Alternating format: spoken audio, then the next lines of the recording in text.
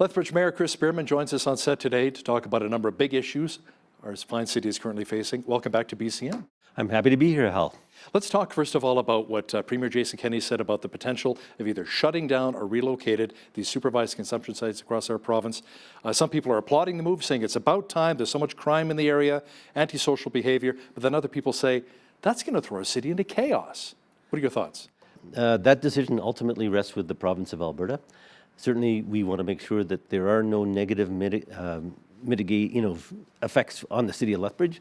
So we want to be concerned about possible needle debris expanding if the people aren't using the supervised consumption site.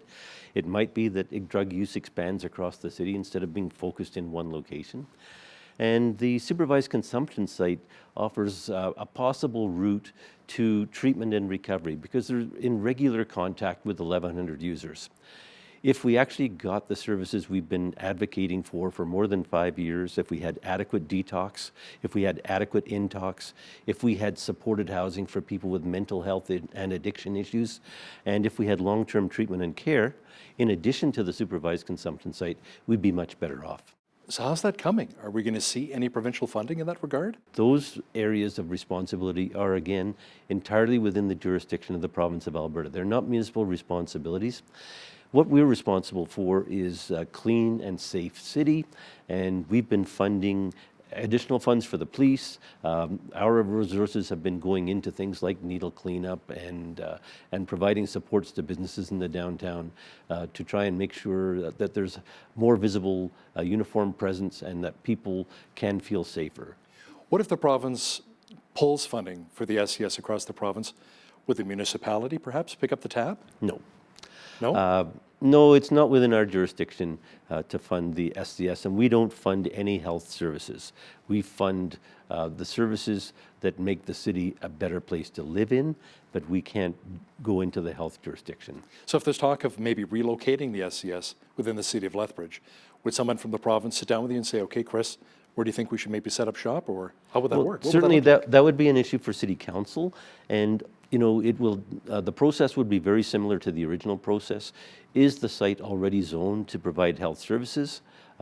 That's one thing. If it's not, we would have to have a zoning hearing to change the zoning to accommodate health services, and I'm sure any neighborhood would be concerned about how that might impact them.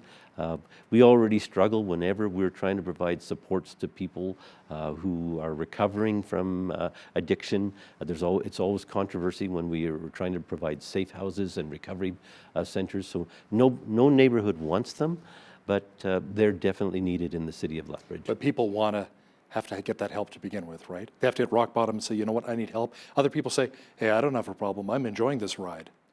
Well, what we want to do is provide opportunity, and I've been talking about meaningful daily activity. How do you provide hope for people who have addiction? So will they ever have a place to live? Will they ever have a job? If we can't offer some of those basic things, it's very difficult to get people off addiction. When you ask them, why are you using drugs? Why are you addicted to drugs? And they'll tell you, my life on drugs is better than my life off drugs. It's escapism, is it? Right. It's I can't answer for everyone, but there's reasons why people became addicted to drugs, and we need to make sure that we give them better reasons to not use drugs. Premier Kenney talked about antisocial behavior around the SCS, as well as a lot of the bad crime in the neighborhoods. Speaking of crime, earlier this month, Lethbridge Police Service launched the Crime Suppression Team. Tell me a bit more about it and how it's coming along. Okay, so we asked the police chief to take a look at how we can address effectively drug-related crime. And that has a lot to do with theft.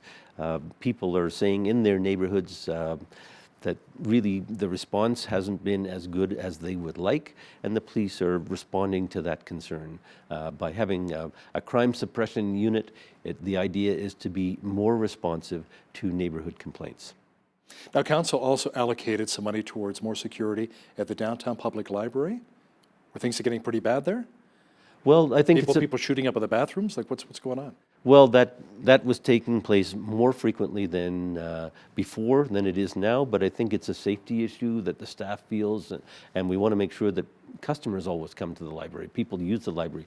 The library's done a great job in terms of providing free access to the library, and we want to make sure that we support that. They came to us and said, well, their budget is limited. They were going to provide $90,000 a year additional for security, and they asked if the city of Lethbridge would match that. So we have chosen to do that for this year and next year, and then we will reevaluate.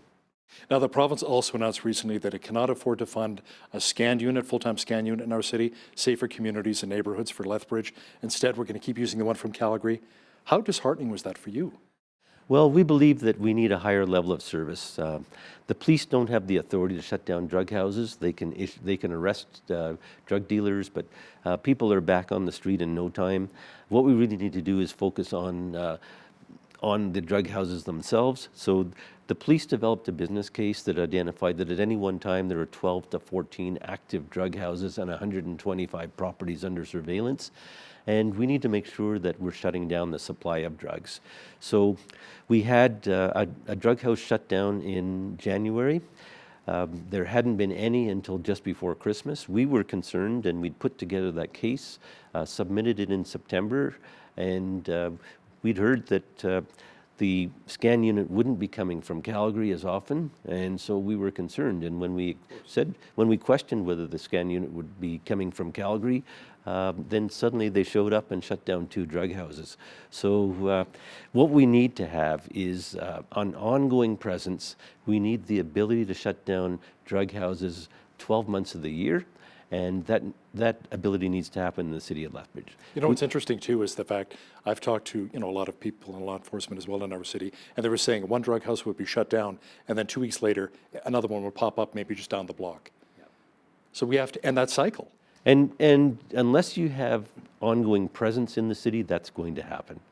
So we have to have that monitoring, that surveillance, and shutting down a drug house is not a quick process. I have to say that, but all the evidence has to be in place, and there is a procedure that they go through. But we need that service in the city in order to deal with the supply of drugs. Can you share with our viewers as well, Mayor Spearman, the signs that there may be a drug house in my community, in my neighborhood?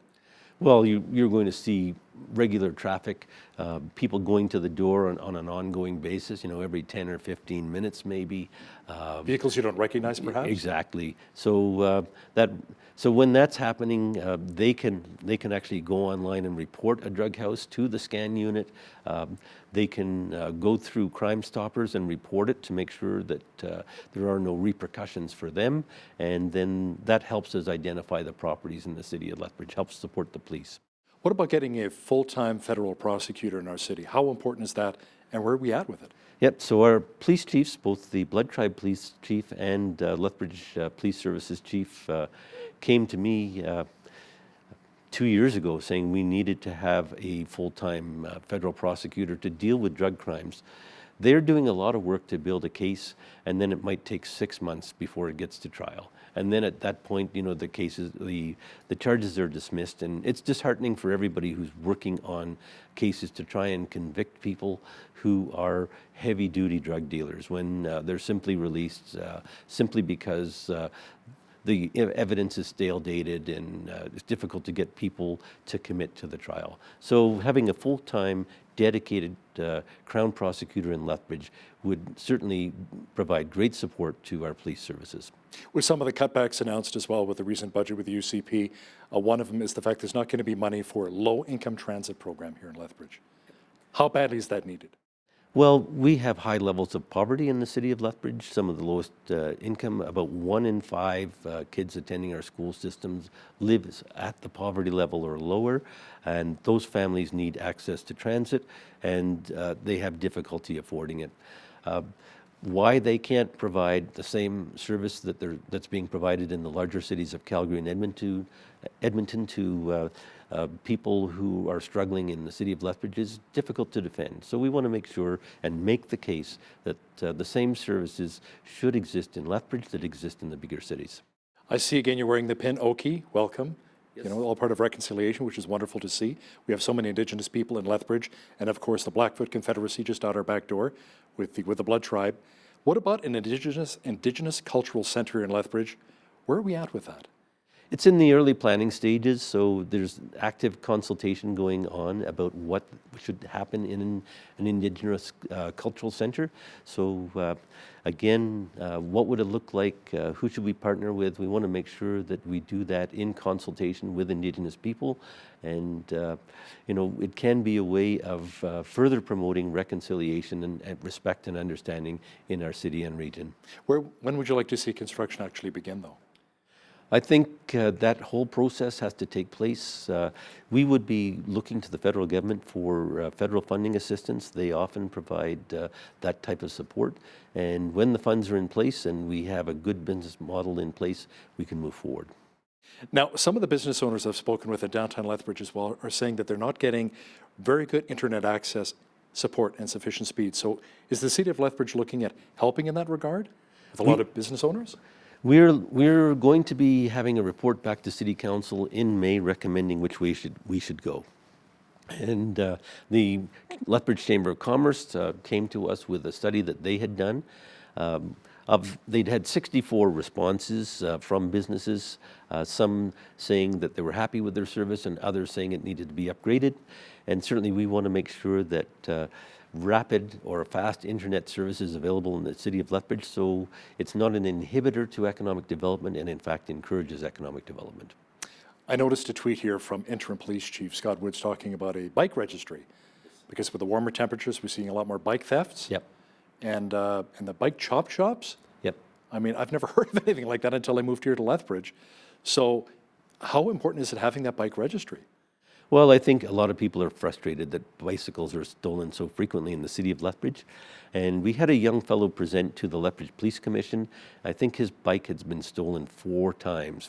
He'd had his bike stolen 4 And it's recovered each time, returned to him, and then stolen again? No, not necessarily recovered. Oh, just a new bike. I think the most recent one, he had a large metal chain and it had been cut through. And so, you know, we need to have more effective ways of when a bike's stolen, how quickly can we identify where that bike is? You know, do we have to have GIS units installed in the bikes so you can track them? What's the best way to recover bikes and return them to owners? When bikes are stolen, how effectively can we track them down and find them again? So I think having a registry, making sure that the serial numbers are there. When we recover bikes or parts of bikes, you know, having the registry could be helpful. But certainly we want to not ignore the fact that bikes are stolen, and we want to take a look at different ways of restricting and limiting the theft of bicycles in the City of Lethbridge. So if I see some 40-year-old guy on a young girl's bicycle, you know, going down through downtown Lethbridge, chances are that bike's probably stolen. Should I call 911? Should I call the police? Say, hey, this is what I'm seeing here? Well, you might be able to submit a video on Crime Stoppers, but you know, it'll be challenging for the police to respond to each and every time. Right. But you know, we're putting as many resources as we can out on the street to address those types of issues. Is a lot of the drug addicts who are stealing these bikes and then just sell them for parts and flip them so they can get a meth hit or get their opioids, fentanyl, carfentanil? What's going on here? That's entirely possible. Yeah. And of course, bicycles are a very rapid form of transportation. They're certainly more creative in terms of places they can go where other vehicles can't, and certainly a preferred form of transportation by some of the people involved in illicit drug use. Outside of the illicit drug use, the bike thefts, what are some of the other issues right now that City Council is facing? Well, I think we want to focus on economic development, and we want to look at the airport, see what the economic development potential is there. We want to improve the airport service, airline service. We want to work with the carriers to do that.